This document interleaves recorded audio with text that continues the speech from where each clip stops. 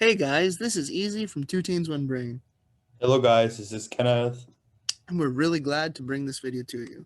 So without further ado, let's get into it. What happened on sunny Wednesday and how the fallout affected us. Yup. Alright guys, so what we're going to be covering is really simple. Terra's ecosystem, and during the hackathon, just really boomed. The pegging and the depegging consequently of UST, Stablecoin and right? USDT. It's going to be insane. And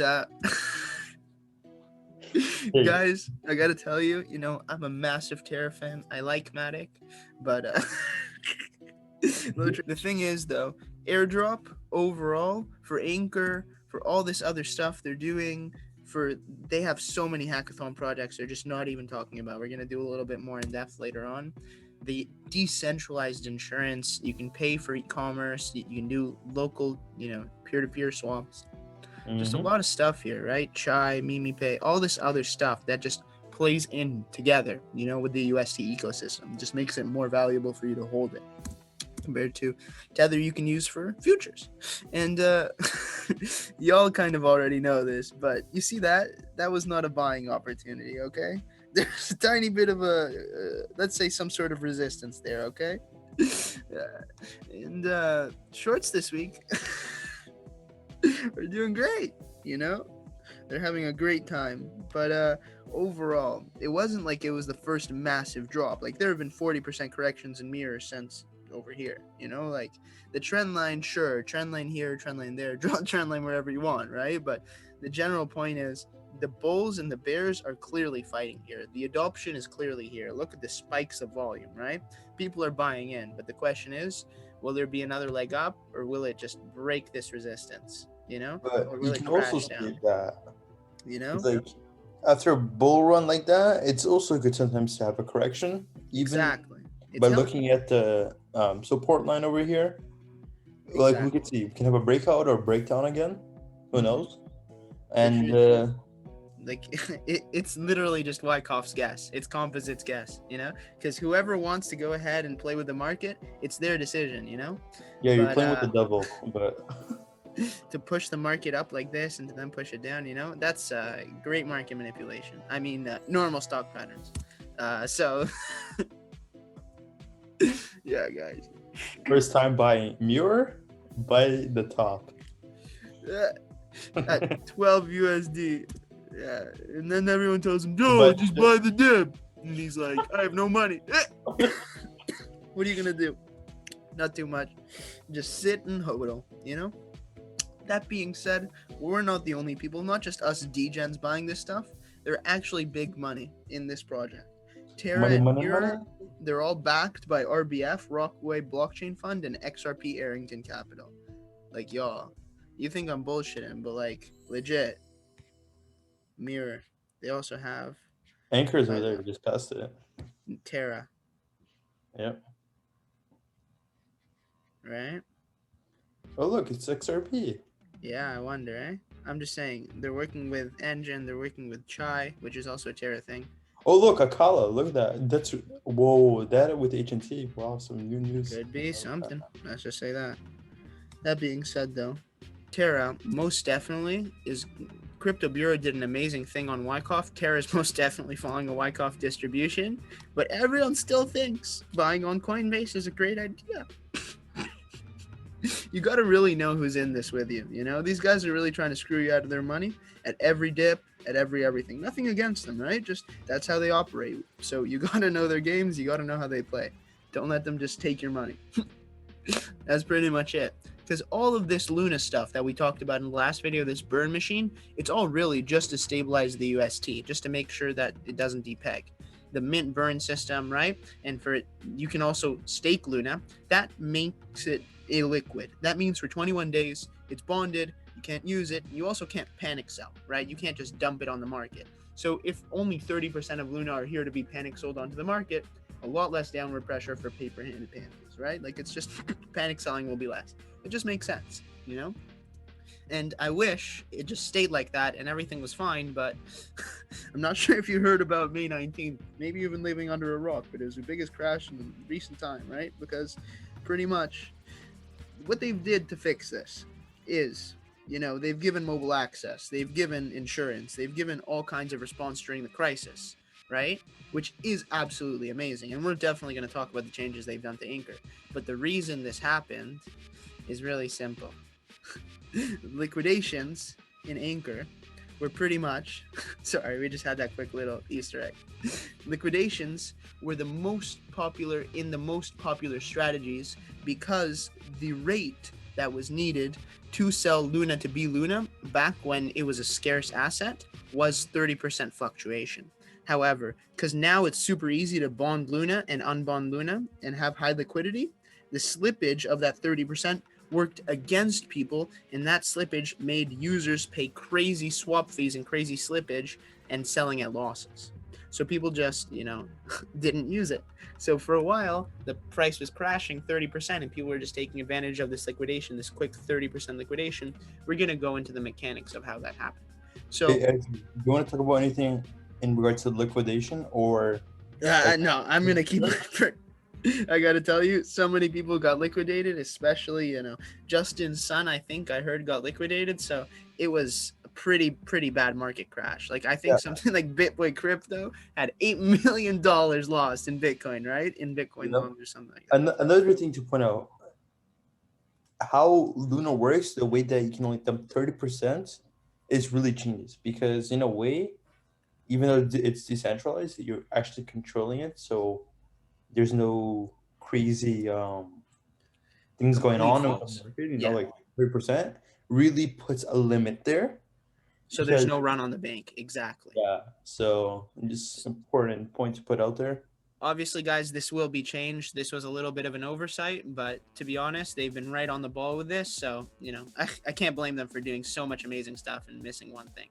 Overall, the basics of Terra, if you don't remember, are really simple. When supply of stablecoin goes up, the Luna supply goes down. And inversely, when the opposite happens, when stablecoins go down in supply, Luna supply goes up, right? So how this maintains parity, how they stay in pretty much 50-50 distribution, is by using the native Terra protocol as a market maker to make sure that Luna goes up during UST contractions and the opposite during the expansions, right? So pretty much this happens through on-chain swap that is in the protocol, natively in Terra protocol. You can always swap $1 worth of Luna for UST and vice versa. And it's handled to design, the system's designed for 20 million redemptions, $20 million worth of UST to Luna with a small spread, 2%.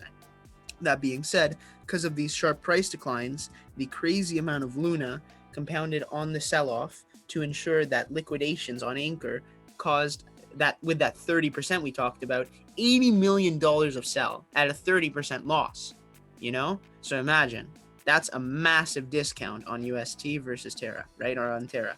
So this was the worst because the on-chain spread, instead of being 2%, like they say over here, went to 9%, between 7 and 9% at the worst time, making arbitrage pretty much unprofitable. Even, you know, I just wanted to point out, Thorchain just loves Terra. Beautiful romance budding there. But, you know, overall, this caused net selling of Luna. If you go to their Twitter, we'll be going into their stuff in a second, but pretty much the time-based arbitrage is used on swap. And there's also that fast swap, which lets you swap immediately. So if you were swapping Luna to UST and waiting for it to normalize, you'd make money. However, since the swap spreads from 2% went to 7 to 9%, they were so massive, the arbitrage opportunity was tiny. And the spread was so little that, like, to be honest, like, you can make money, but the fast arbitrage opportunity was instant. You could sell Luna pretty much to 30%, not trading at a discount, right? And then buy back that same UST with that same Luna you just sold immediately with that 30% spread, continuing to widen that swap spread, right? Which caused sharper falls, and it caused a crazy amount of leverage for Luna versus bLUNA with all these kinds of liquidations.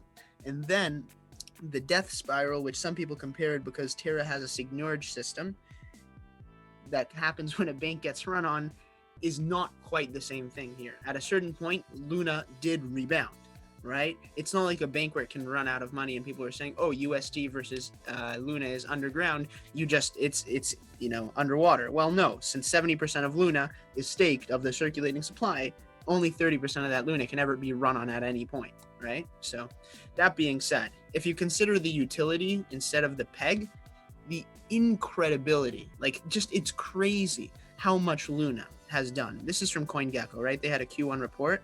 They're using Anchor for money markets, Mirror for their synthetics. They're using so much on Chai Money and on MimiPay as well, right? So this is just going to be a massive ecosystem just based around the UST stablecoin. Mars. Yeah, yeah, guys. Whew, we got to tell you, this is going to be something very interesting.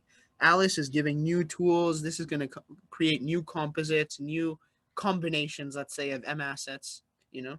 But the truth is, the total value locked in Terra is even more than this. I think it's something like 40-50 billion now. It's crazy how much it's exploded.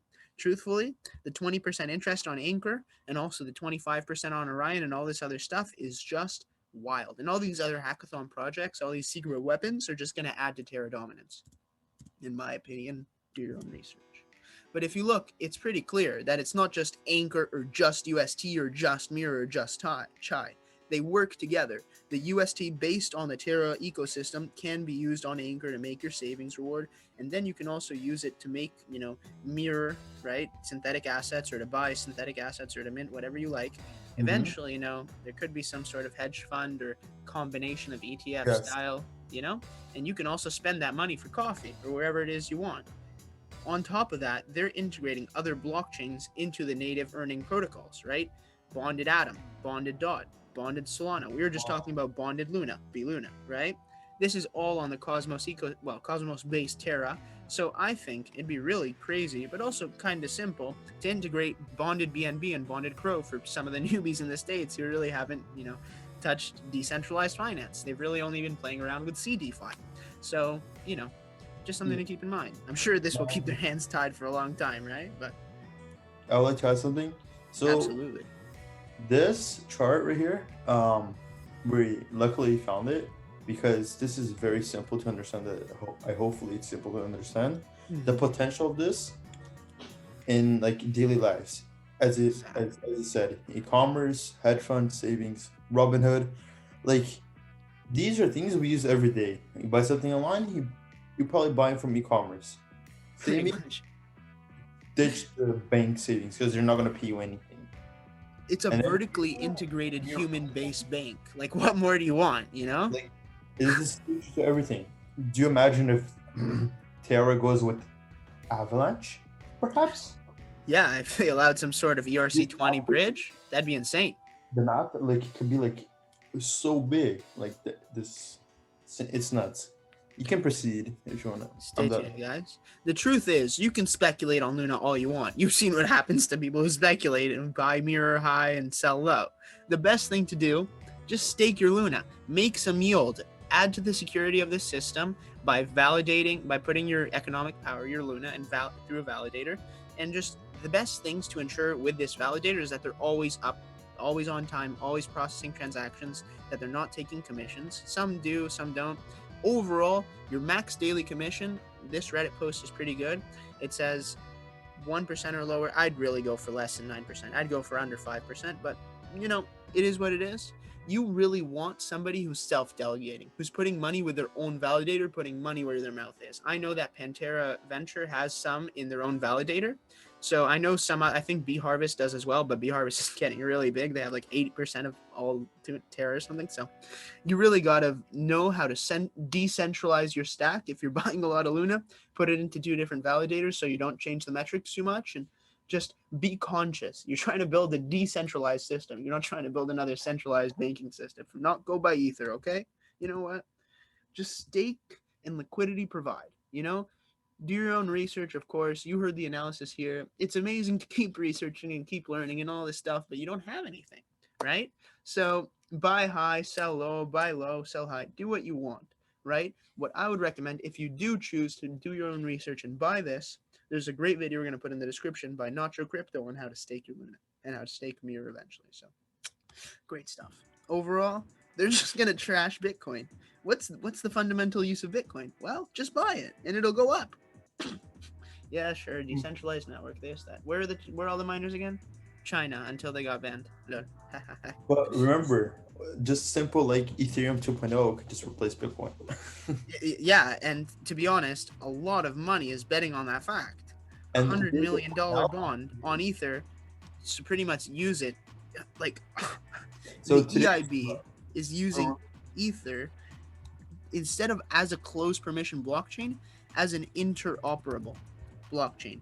The quote here is, institutions want interoperability. The point is they need to have an interoperable sort of framework so that they can raise money on a public chain, right? They're not interested in closed ecosystems. They're interested in every single crypto working on every other ledger. They want to enable through Ethereum a base layer. Whether or not it'll work, time will tell, right? But interestingly enough, LUNA does have an ERC20 bridge. BNB, who LUNA also has partnered with, they have BNB bridge to Ether. So, I mean, Ether's not going away anytime soon. Anyone who tells you there's going to be an ETH killer, I mean, they're wrong. But then again, ETH dominance, will continue to rise, but for how long? How much can people pay $350 fees for? And I just want to let you know, like, do you want a decentralized system where you can actually go ahead and spend your money? Or do you want something where even a transaction costs $350, right? Like, do you want something where there's future expansion into something else where, there's price potential? I'm not saying there's nothing, but there's most definitely, if you look at the chart, you'll do your own research and you'll conclude that, we've barely gotten started on this mirror wave. So guys, Doe, if you're listening, thank you for building this amazing project. And we really appreciate this. Stay tuned because we're going to have our part 3 of the video, and we're looking forward. Just before you end, I would like to add something. Today is May 29, 2021. So it's important to know from my view of reading and the news and everything, we're at the point where the media is starting to pick up Ethereum. Right, and I think soon they'll realize the potential of Ethereum over Bitcoin. Absolutely. And then maybe, hopefully soon, they can pick up Terra. But if you look, it's the third largest chain by fees after Bitcoin and Ether. It's the natural choice. I hope they don't catch that as fast, so we can get in. Those who want to get in, The truth is, smart money will always buy before dumb money. And if you're dumb money, I'm sorry. But you bought late and you bought the top. We're not financial. Smart money, you're probably listening right now, not 6 months later after we blew up. So, little patronizing, but nothing bad in the markets than a little beating of a 40% drop to teach you don't know everything. Right? Yes. And guys, please, again, we're not financial advisors. We just like to share with you these amazing projects that we find and that we believe in. 2 teens, 1 brain, and a lot of memes, guys. Not financial advice. Like, this one is really, really funny.